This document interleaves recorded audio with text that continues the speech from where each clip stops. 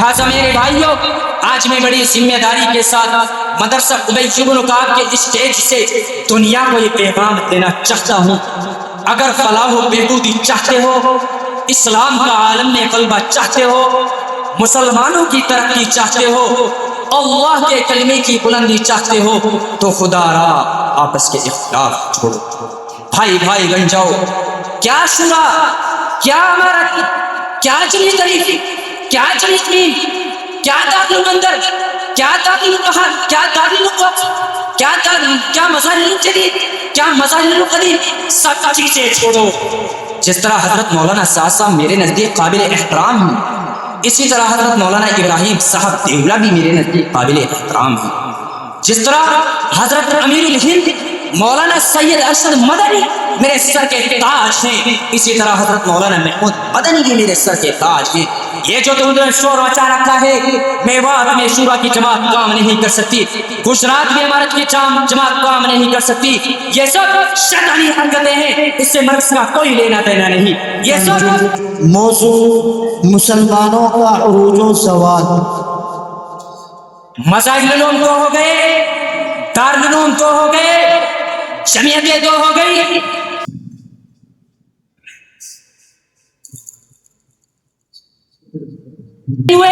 بلکہ مرکز کے ٹکڑے ہوئے،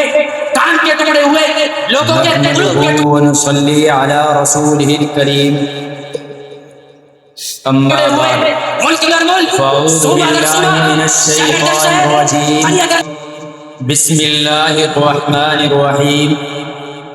وانتم الاعلون ان کنتم مؤمنین، صدق اللہ العظیم۔ وقال النبی صلی اللہ علیہ وسلم، لا يؤمن احدكم حتى يحب لأخيه ما يحب لنفسه۔ ملت کے باشعور اور پرعزم نوجوانوں اور دین حنیف کے علم برداروں، میں آج آپ حضرات کے سامنے مسلمانوں کے عروج و زوال جیسے روشن اور مقتضائے حال موضوع پر لب فشانی کا آرزومند، اس امید کے ساتھ کہ سامعین انظروا الی ما قال ولا تنظروا الی من قال کو اپناتے ہوئے توجہ فرمائیں گے۔ صدر سی وقار، ویسے تو جو موضوع مجھے دیا گیا ہے یہ موضوع بڑی نزاکتوں کا حامل ہے، لکھنے والوں نے بہت کچھ لکھا ہے، مفکرین و مدبرین اور تجربہ کاروں نے اپنے اپنے تجربہ اور زاویہ فکر کے مطابق روشنی ڈالی ہے،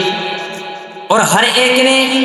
اپنے اپنے نقطۂ نظر سے اس پر تجزیہ کیا ہے اور مسلمانوں کے زوال کے اسباب وجوہات پیش کیے ہیں۔ لیکن اگر تاریخ کا گہرائی سے مطالعہ کیا جائے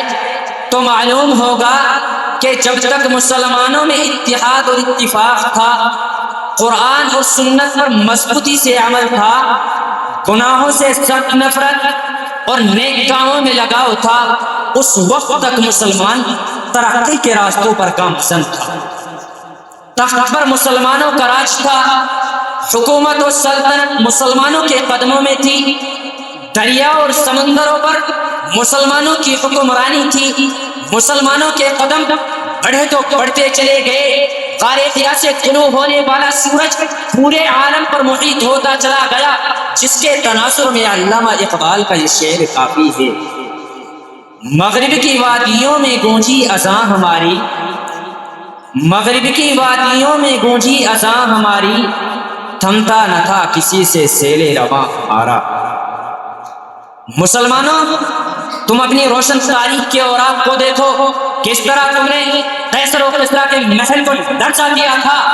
تم ہی وہ طاقتور مسلمان تھے جس نے ایران اور روم جیسی سپر پاور سلطنتوں کی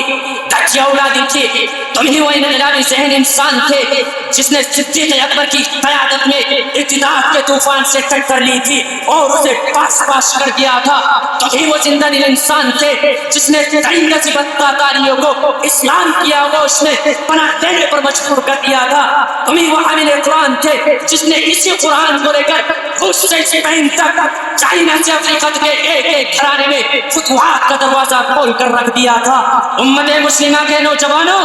کیا تمہیں سعد بن ابی وقاص کا واقعہ یاد نہیں کہ کس طرح انہوں نے بیخوں کو قدر دریا میں گھوڑے ڈال دیے اور جسے دیکھ کر ایرانی دشمن فرشیو والا حکم کی صدائے بلند کرنے گئے تھے؟ کیا تمہیں زمانہ یاد نہیں جب روم کا بادشاہ ناقوس ہارون رشید کے دربار میں جزیہ لے کر آیا کرتا تھا؟ کیا تم اتنے بھول گئے جب رستم جیسا بہادر وقت بھی مسلمانوں کے سامنے سلاموں کے جملے پیش کیا کرتے تھے، اور فاروق اعظم نے خیبر کی زمین پر اخرج الیہود والنصارى من جزیرۃ العرب کا نعرہ بلند کیا تھا؟ وہ دن تھے کہ اسلام پھیلا تو پھیلتا چلا گیا، مسلمانوں کے قدم بڑھے تو بڑھتے چلے گئے. بالآخر علامہ اقبال یہ کہنے پر مجبور ہو گئے، دشت و دشت دریا بھی نہ چھوڑے ہم نے، دشت و دشت دریا بھی نہ چھوڑے ہم نے، بحر ظلمات میں دوڑا دیے گھوڑے ہم نے. پھر کیا ہونا تھا؟ سلطنت عثمانیہ کا خاتمہ ہوا، اسلام کی طاقت و قوت کو منہدم کر دیا گیا، عالم اسلام کو بے دست و پاک کر دیا گیا، افغانستان کو بھوکا ننگا کر دیا گیا، فلسطین کو لہو لہان کر دیا گیا، لبنان کی خوبصورتی کو کہنے لگ گیا، شام کے ٹکڑے ٹکڑے کر دیے گئے، عراق کی دھجیاں اڑا دی گئی، یمن کی برکتیں لوٹ لی گئی، اور مسلمان پوری دنیا میں پستی میں مبتلا ہو گئے، ان کی آبرو ریزی کی گئی، ذلت و حقارت کی نظر سے دیکھا جانے لگا، مجبور و مقہور ہو گئے، بے بس و بے سہارا چھوڑ دی گئے، طرح طرح کے مظالم ڈھائے گئے. ظاہری رواداری کا جھانسا دے کر ان کی پیٹ میں چھرا گھونپا گیا، مسلمانوں کی صفوں میں داخل ہو کر انہیں کے خلاف پروپیگنڈا اور سازش سے رچی گئی، ایک کو دوسرے کے خلاف بھڑکا کر باہم دست و گریباں کر دیے گئے، ان کی یکمشت قوت اور طاقت کو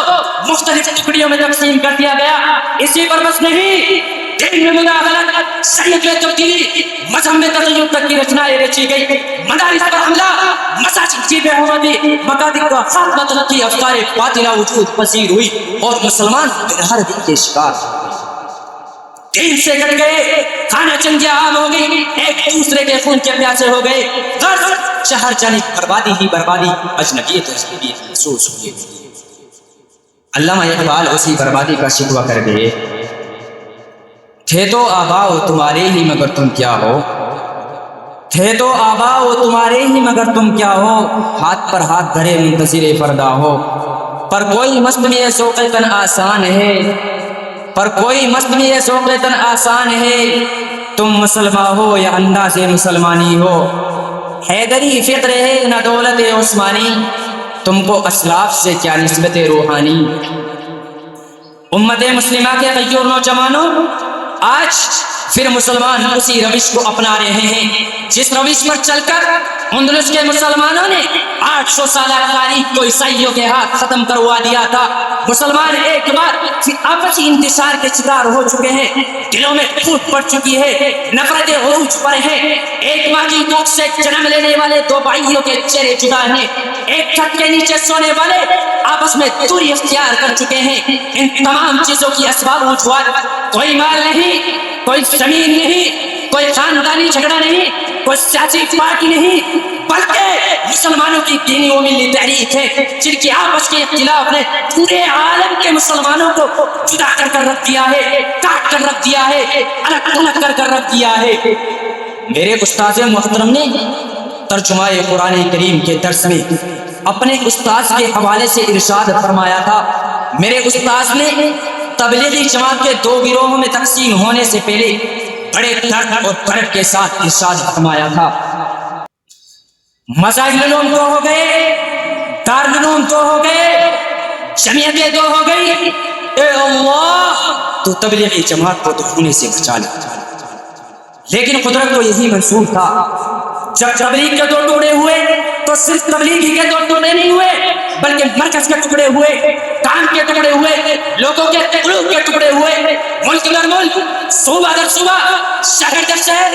قریہ در قریہ، ہر مسجد کے ٹکڑے ہو گئے۔ الغرض تبلیغی جماعت میں اختلاف کے سبب عالم میں جو انتشار پیدا ہوا ہے، وہ انتشار نہ مساجد علوم کے تقسیم ہونے سے ہوا ہے، نہ دارالعلوم کے تقسیم ہونے سے ہوا ہے، نہ جمعیت کے تقسیم ہونے سے ہوا ہے۔ تبلیغی جماعت کے اختلاف سے بھائیوں نے بھائیوں کا خون بہایا ہے۔ انگلینڈ کے نیوز بری مرکز میں ہمارا تو شورا والوں کے درمیان جو جھگڑا ہوا ہے، دنیا نے اس کو دیکھا ہے، میڈیا کی سینت بنا ہے، اخباروں کی سرخی بنا ہے۔ راست سے تقریباً 2 سال پہلے بنگلہ دیش میں جو جھگڑا ہوا ہے، اس میں علماء اکرام کی لاشیں ایسے پڑی ہوئی تھی جیسے آج فلسطین کے مسلمانوں کی لاشیں پڑی ہوئی ہیں۔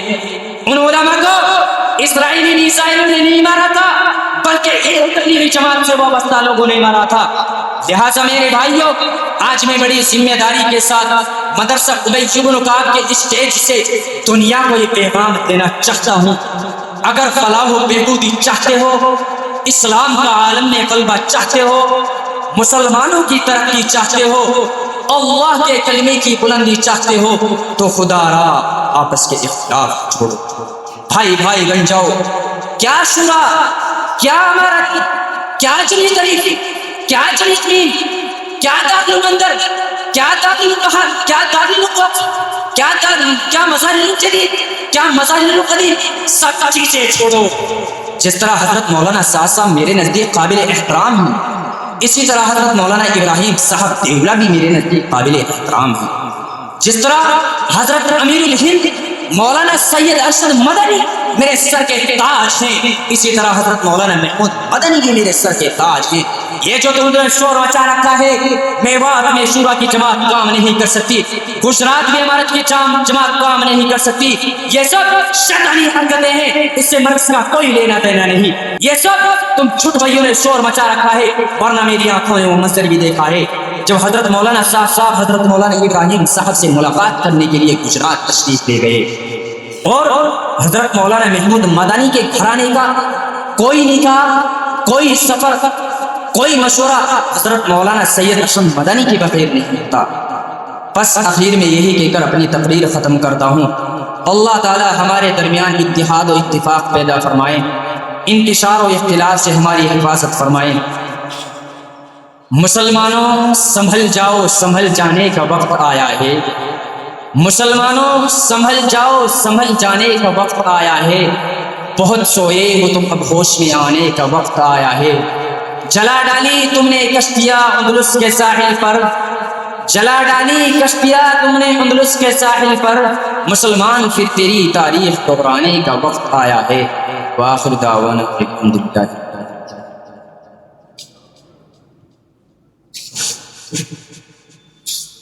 ماشاءاللہ ان کی تقریر سے خوش ہو کر ان کے ایک ساتھی نے 100 روپے کا انعام دیا ہے، موصوف اپنا انعام وصول کر لیں۔